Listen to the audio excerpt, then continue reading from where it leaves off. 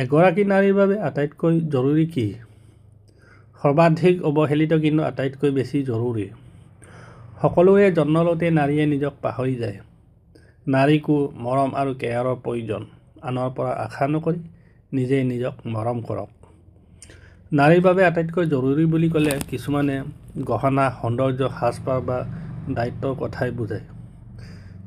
কিন্তু কিছু গভীৰ, নীৰৱ অথচ শক্তিশালী কথাও ইয়াত জড়িত হৈ থাকে।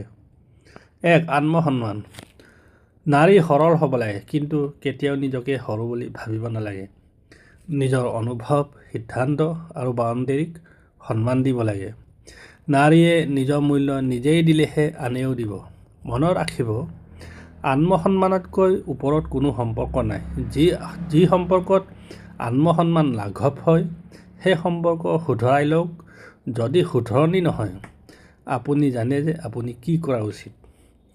২. স্বাৱলম্বন। মানসিক, শাৰীৰিক আৰু অৰ্থনৈতিক সকলো দিশত স্বাৱলম্বী হোৱাটো জৰুৰী এগৰাকী নাৰীৰ বাবে। স্বাৱলম্বী মানে চাকৰি নহয়। সকলোৱে চাকৰি কৰিবই লাগিব তেনেতো কোনো কথা নাই। কিন্তু নিজে ভাবিব, নিজে সিদ্ধান্ত ল'ব আৰু প্ৰয়োজনত নিজকে ধৰি ৰাখিব পৰা শক্তি অতি জৰুৰী। স্বাৱলম্বী হ'বলৈ শিকক মানসিকভাৱে। ৩. স্বাস্থ্য। শৰীৰৰ লগতে মনৰ স্বাস্থ্য আপোনাৰ বাবে আটাইতকৈ জৰুৰী। সকলো দায়িত্ব কঢ়িয়াই থাকোঁতে নিজৰ ক্লান্তি, বিষ, দুখক উপেক্ষা নকৰিব।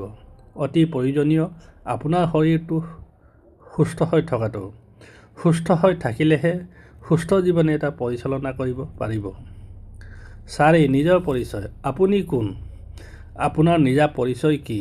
এগৰাকী নাৰীৰ বাবে তেওঁৰ নিজৰ পৰিচয় আটাইতকৈ বেছি জৰুৰী। কাৰোবাৰ পত্নী, কাৰোবাৰ ভগ্নী, কাৰোবাৰ মাতৃ, কাৰোবাৰ জীয়ৰী। এইবোৰৰ লগতে মই কোন? এই প্ৰশ্নটোৰ উত্তৰ হেৰুৱাই দিব নালাগে।